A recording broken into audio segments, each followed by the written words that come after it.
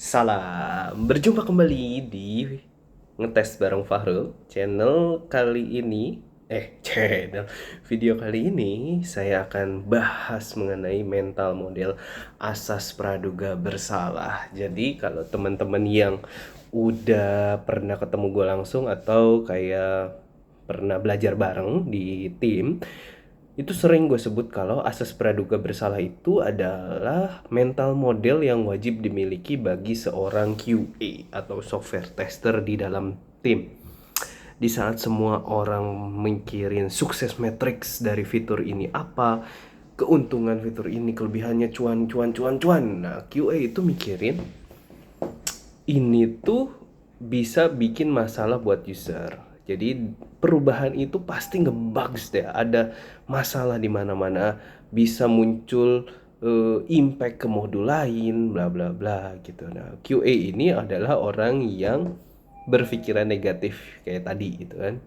Oh, semua perubahan itu pasti memiliki resiko ataupun dampak masalahnya. Nah, tugasnya QA adalah untuk membantu mendiscover ini gitu kan. Tadi juga sempet baca, baru tahu juga ternyata ada konsep yang mirip yang dinamakan inverse thinking sama satu lagi apa ya? Premortem. Oke. Premortem ya konsepnya sama lah, analisa kebalikan berpikirnya gitu kan. Yang orang berpikir sukses, ini berpikir kegagalan, faktor kegagalan. Oke, gini ya. Maksud dari asas praduga bersalah adalah kayak tadi, semua fitur itu atau fitur yang dibuat developer itu memiliki bugs sampai terbukti tidak. Jadi kita harus ngeverifikasi, oh kayaknya ini ada masalah nih di login dengan Facebook kalau ada perubahan di sign up. Bener nggak sih itu kejadian gitu? Apa yang kita takutkan terbukti atau tidak dengan mengujinya gitu kan? Langsung cobain. Oke, contoh di dunia nyata deh. Oke, misal mau buka usaha nasi goreng. Gue mau bikin usaha nasi goreng. Faktor apa yang bikin usaha nasi goreng ini gagal gitu? Faktor kegagalan apa yang mungkin bikin usaha ini gak laku? Contoh, pelayanannya jutek. Kedua, lambat, pelayanannya lambat. Terus ketiga, rasanya nggak enak. Keempat, harganya mahal. Kelima, suasananya nggak bersih, packagingnya tidak menarik, bla bla bla. Dari semua faktor yang negatif tadi, sebenarnya untuk mencapai kesuksesan adalah kita mengeliminasi faktor kegagalan tadi, negatifnya. Kalau nggak ada faktor kegagalan kan otomatis bisa sukses.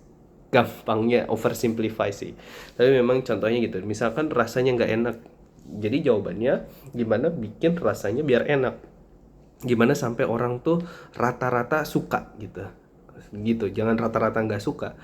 Eh, Contoh lainnya lagi, misalkan mau oke, cara menjadi QA manager yang baik gitu kan.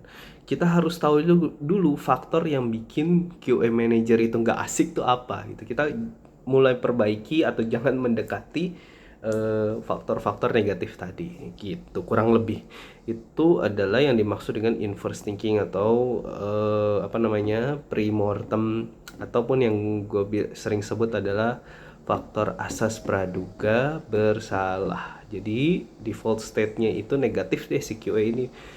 Buat teman-teman yang sering negative thinking, sebenarnya QA itu mengimbres gimana caranya di saat semua orang dalam tim memikirkan kesuksesan, QA mikirin kegagalannya. Terus dari apa ya?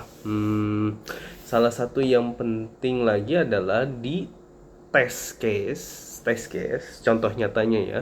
Test case itu kita bukan memastikan ekspektasi aja gitu, memastikan ekspektasinya yang misal ini login harusnya berhasil, pastikan berhasil. Kita juga harus memastikan negative thinking ya, misal login itu untuk user yang disabled itu harusnya nggak bisa login, atau login dengan email tidak terdaftar itu harus muncul validasi yang spesifik kayak gini loh. Nah gitu. Atau yang Contoh yang akhir-akhir, atau bukan akhir-akhir ini, yang sempat muncul dulu tuh misalkan soal validasi NPWP, nomor NPWP.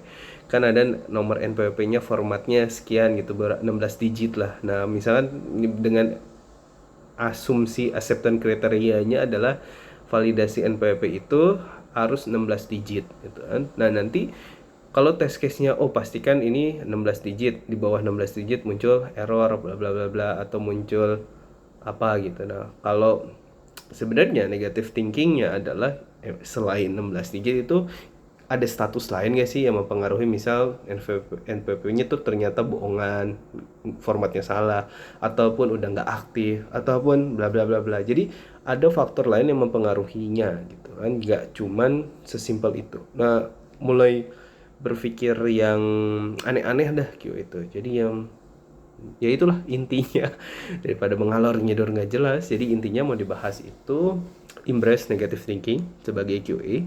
Jangan takut dibilang kayak berpikiran negatif terus. Jadi kita memang harus latihan untuk memikirkan non fitur, non aplikasi, non digital yang dengan sudut pandang negatif juga gitu. Ya tapi jangan, nggak selamanya dong negatif terus. Diutamakan memiliki negative thinking biar lebih kritis. Gitu deh intinya yang mau disampaikan di video ini. Jadi tetap berpikiran negatif.